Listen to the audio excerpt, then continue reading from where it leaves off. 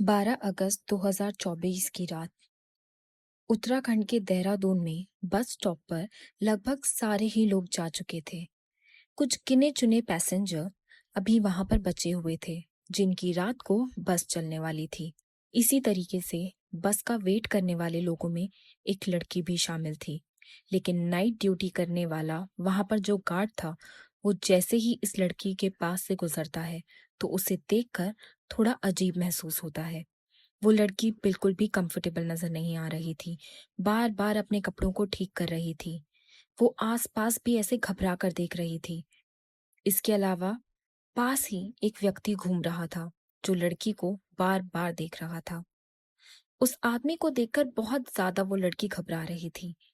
इस गार्ड को कुछ न कुछ गड़बड़ लगी और उसने ये बात बिल्कुल भी नहीं सोची कि वो चुपचाप यहाँ से चला जाए। उसके दिमाग में एक बात आई कि हो सकता है ये लड़की परेशानी में हो और ये आदमी इसे परेशान कर रहा हो। ये लड़की देखने में सिर्फ 15-16 साल की लग रही थी। गार्ड ने बिना देरी करते हुए चाइल्ड हेल्पलाइन नंबर के ऊपर उसने कॉल करके पुलिस वालों को बताया और चाइल्ड वेलफेयर टीम वहां पर पहुंच गई। आकर उन्होंने गार्ड से पूछताछ की और गार्ड ने लड़की के साथ जो कुछ भी यहाँ हो रहा था, जिस कंडीशन में उसने देखा था, वो सारी चीजें पुलिस को बता दी। उसके बाद वो पूरी टीम लड़की के पास जा पहुंची।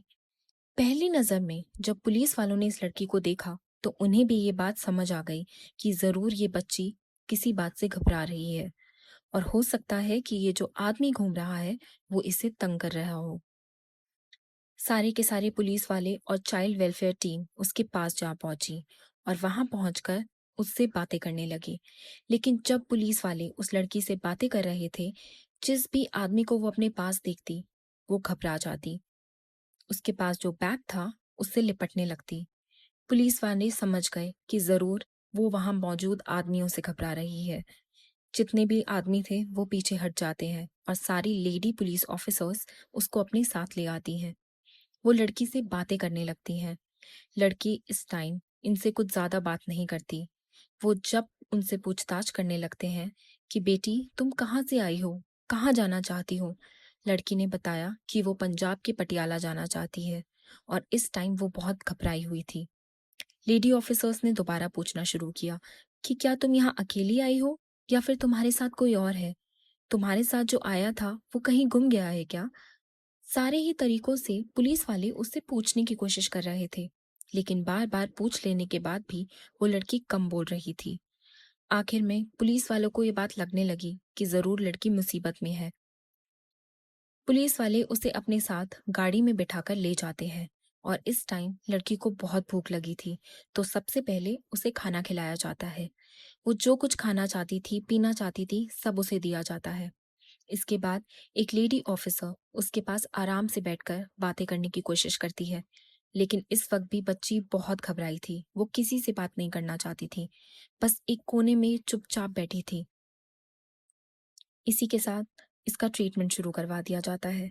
पुलिस को ये बात लग रही थी कि जरूर ये लड़की किसी न किसी हादसे से गुजरी है और यही कारण है कि अब वो बोलने की हालत में नहीं है। 1-2 दिन तक उसका इलाज चलता है, जिसके बाद दोबारा पुलिस उसके पास जाती है। लेडी ऑफिसर्स ने जाकर उससे पूछताछ करनी शुरू की। तब जाकर लड़की ने कुछ ऐसी बातें बताई जिनसे पता चलता है कि इसके साथ जो दरिंदगी की गई है, वो किसी की कल्पना से भी बाहर है। उन्होंने पूछना शुरू किया कि ये सब तुम्हारे साथ कहाँ और कब हुआ? लड़की बताती है, लेकिन वो अब जो बता रही थी, बीच में बड़े बुरे तरीके से ही वो रोने लगती है। पुलिस ऑफिसर्स उसके हालातों को अच्छे से समझ सकते थे और उन्होंने उस बच्ची को चुप करवाकर ये कहा कि बेटा अब सब कुछ ठीक हो चुका है। वो जैसे तैसे उस बच्ची को शांत करवाते हैं और अगले दिन दोबारा उससे प्यार से पूछना शुरू करते हैं। जब दोबारा वो लड़की ज्यादा घबराती है और उन सारी चीजों को याद करके परेशान होने लगती है, फिर दोबारा से पूछताछ को रोक दिया जाता है। इसी तरह लगभग 2-3 दिनों तक उससे पूछताछ की जाती है और उसके बाद पुलिस वालों को पता चलता है कि उसके साथ ये सारी ही दरिंदगी उत्तराखंड के देहरादून में जो बस स्टैंड मौजूद है, वहां पर हुई थी। वहां पर काफी सारे सीसीटीवी कैमरा भी लगे हुए हैं। पुलिस वहां जाकर अपनी इन्वेस्टिगेशन करने लगती है और इसी बीच पुलिस वालों को पता चलता है कि यहाँ पर इस लड़की के आसपास काफी सारे लोग घूम रहे हैं और उनमें जो भी आखिरी में इस लड़की के साथ अकेला रह गया वो ही सबसे ज्यादा नजर आया। उन लोगों ने ये सीसीटीवी वीडियो उस लड़की को दिखाई और वो लड़की पहचान जाती है और उस आदमी को देखकर दोबारा रोना शुरू कर देती है। यही वो दरिंदा है और इसके अलावा 4 लोग और भी हैं। पुलिस वाले उस वीडियो की मदद से व्यक्ति की फोटो लेते हैं। उसके बाद दोबारा से जाकर उत्तराखंड के उसी बस स्टैंड पर वो पूछताछ शुरू करते हैं। इसी पूछताछ के बीच वो व्यक्ति मिल जाता है और पुलिस तुरंत गिरफ्तार कर लेती है। अब उसके साथियों के बारे में भी पूछताछ शुरू होती है। किस तरीके से तुमने एक छोटी लड़की के साथ ये हैवानियत की और तुम्हारे बाकी के साथी कहाँ हैं? उस आदमी ने जल्द ही अपने बाकी साथियों के बारे में बता दिया और उन 5 लोगों को टाइम से गिरफ्तार कर लिया गया। पुलिस वाले उन्हें अपने साथ ले आए। उन आदमियों को पुलिस स्टेशन लाने के बाद उनसे पूछताछ शुरू की जाती है। दूसरी तरफ लड़की ने भी इस टाइम सारी ही बातें बता दी और इसके साथ लड़की की मेडिकल रिपोर्ट भी आ चुकी थी। सारी चीजें सामने थी। उन आदमियों से पूछा जाता है, उनकी सारी की सारी आइडेंटिटी ली जाती है। ये बात पता चलती है कि ये कुल 5 आरोपी थे। एक था धर्मेंद्र कुमार जो कि 32 साल का था। दूसरा देवेंद्र कुमार जो 52 साल का था। इसके अलावा रवि कुमार, राजेश कुमार और राजपाल जो कि 57 साल के थे। इन पांचों ही लोगों ने बड़ी ही बेरहमी से इस लड़की के साथ दरिंदगी की थी। 15 अगस्त की रात का समय था जब ये लड़की उत्तराखंड के देहरादून में पहुंचती है। दरअसल उसे पंजाब के पटियाला जाना था, तो जिस बस में वो यहाँ पर आई थी, इस बस के कंडक्टर से ही ड्राइवर से ये पूछने लगती है, मुझे कहाँ से बस मिल सकती है। इस बस के ड्राइवर और कंडक्टर ने ये बात कही कि तुम आराम से बैठ जाओ, जहां पर भी तुम्हारा स्टॉप आएगा हम लोग तुम्हें आराम से बता देंगे और उसके बाद तुम्हें ये भी बता देंगे कि कौन सी बस पकड़नी है।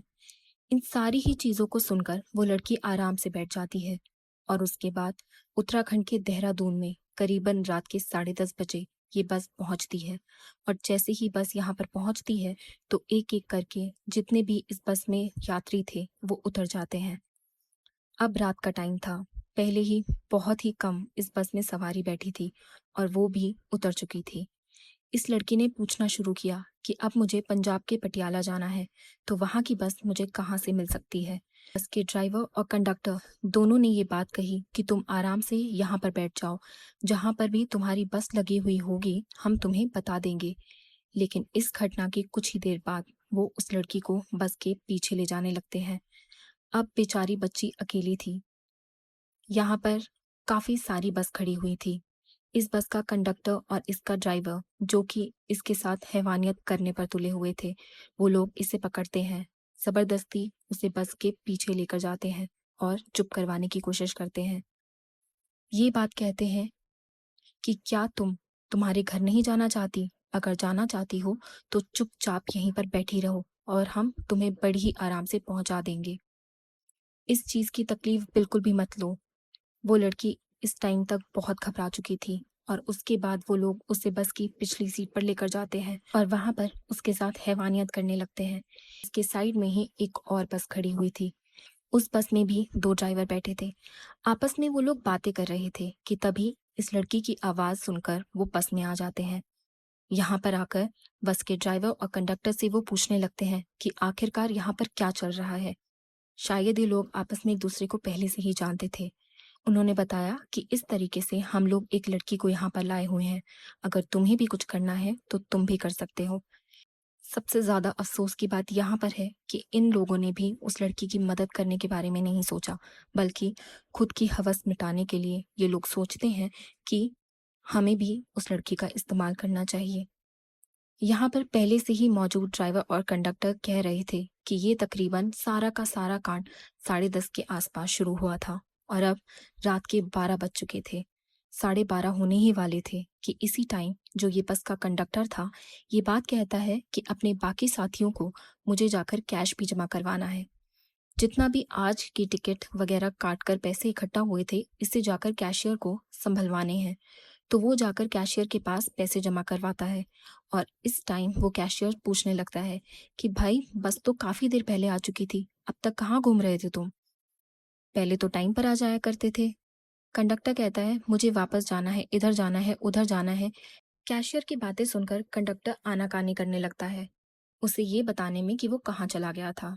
ऐसा हो गया था, वैसा हो गया था। लेकिन वो कैशियर डिटेल से पूछने लगता है कि तू कहाँ था? कंडक्टर ने ये बात कही कि जनाब, इस तरीके से एक लड़की आई हुई थी। अगर आप भी चलना चाहें तो मेरे साथ चल सकते हैं। लेकिन जो यहाँ पर भी सबसे अफ़सोस घटना घटी, वो बिल्कुल यही थी। वो कैशियर भी अपने पास में बैठे हुए एक और व्यक्ति को अपना पूरा का पूरा कैश काउंटर सँभलवा कर ये बात कहता है कि तू यहाँ पर बैठ, मैं तकरीबन 10-15 मिनट में आता हूँ।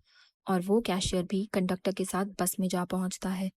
वहाँ जाते ही उसने देखा कि यहाँ पर 3 ड्राइवर पहले से ही बच्ची के साथ काफ़ी बेरहमी से दरिंदगी कर रहे थे और उसके बाद जैसे ही ये कैशियर वहाँ पर पहुँचता है, उस कंडक्टर ने ये बात कही उन ड्राइवरों से कि साहब आ गए हैं, पहले इन्हें जो करना है वो कर लेने दो। तीनों ही ड्राइवर वापस आ जाते हैं और उसके बाद वो कैशियर लड़की की, बच्ची की मदद करने की बजाय उसके साथ अपनी दरिंदगी करने लगता है। ये छोटी बच्ची है और उन्हें इसके साथ ये नहीं करना चाहिए। वो लोग सिर्फ़ और सिर्फ़ अपनी हवस पूरा करना चाहते थे।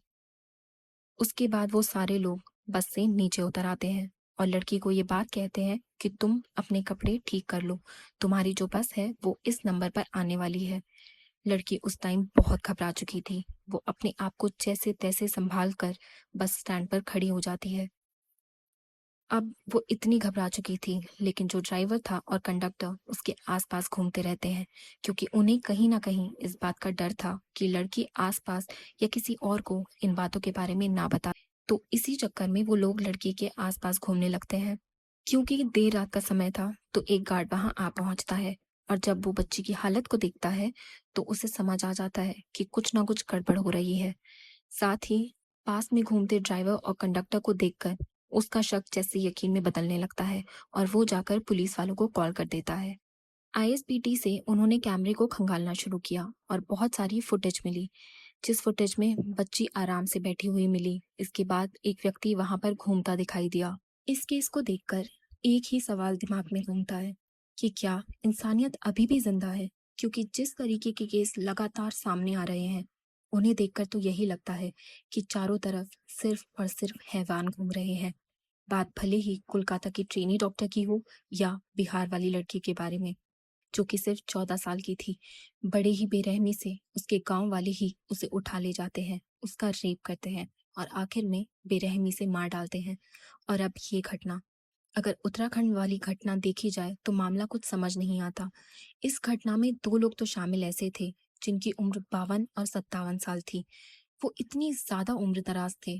क्या उन्हें इस बात का बिल्कुल भी फ़र्क नहीं पड़ रहा था कि ये जो बच्ची है, वो उनकी बेटी या पोती की उम्र की हो सकती है? बेसहारा लड़की उस टाइम उनके सामने पड़ी हुई थी और वो लोग उसका फ़ायदा उठाने लग गए। देश के अलग-अलग हिस्सों में इस तरीके की काफ़ी सारी घटनाएँ सामने आ रही हैं। पता नहीं आगे चलकर क्या होगा। आप लोग इस केस के बारे में क्या कहना चाहेंगे? अपनी राय कमेंट बॉक्स में ज़रूर बताइए और इसके साथ-साथ ये ज़रूर बताएँ कि ऐसे दरिंदों को क्या सज़ा मिलनी चाहिए। आज के लिए बस इतना ही। इसी तरह की और क्राइम स्टोरीज़ सुनने के लिए चैनल को सब्सक्राइब करना ना भूलें। धन्यवाद।